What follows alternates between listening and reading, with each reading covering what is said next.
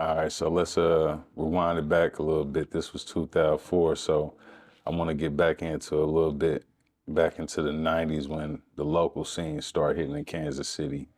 So when did that you start taking notice of the local rappers? Oh my gosh, you know, Or was it the late 80s or since I've almost done 50 years is all kind of like it's hard to figure out which dates, but far as when you can remember back, who was the I'm first gonna say, rapper you was? yeah, I mean, it started in the 80s because we were at this store and we had a consignment agreement that anybody could bring in product.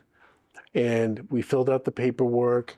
You determined how much you wanted to sell it for. We took our cut. And then every other week you could come in and you would get a check for whatever sold. And Greg Naves, who just recently passed, as you know, somebody that we all loved and adored, handled all of that for me. And so guys like N9NE, I mean, you know, when he came in with the, you know, the calm before the storm, and he was probably our biggest success.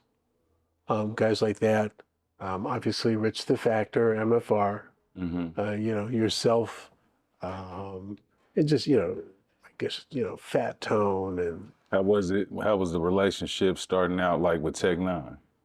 it was great. Everybody, you know, because Greg handled most of that, quite frankly, and everybody had to behave properly. I mean, we didn't allow any shenanigans, or otherwise we pulled your stuff out of the store. It happened a couple times to a couple people because, you know, they had to treat everybody in the store with respect.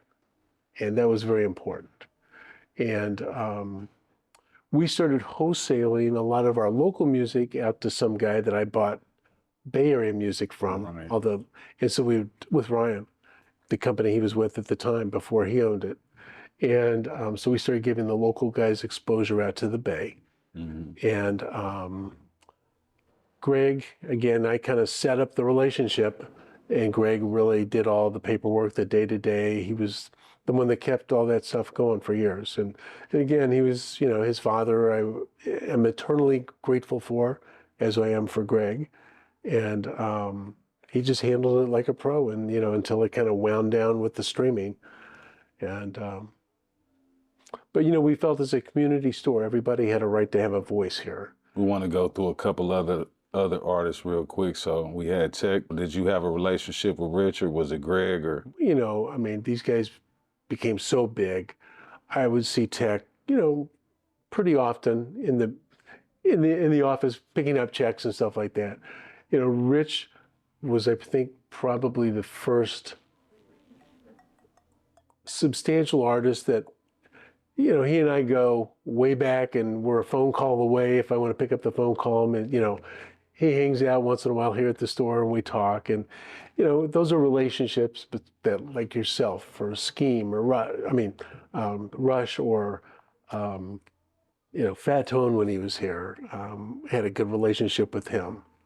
Really was, you know, guys like Burner.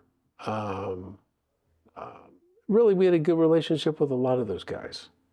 More of them than I can remember, probably. Court Dog. But that was the fun part of the business, is, you know, making money for the local guys. I mean, anybody can sell a national artist, and that doesn't take a lot of brains, but it was the fun part of listening stations and getting your posters up in the store and in stores with you guys, and your fans coming in, and some performances. That's the fun part of business. That's, anybody can put music in a rack. It's working with all you guys. That's been the cool part of the business.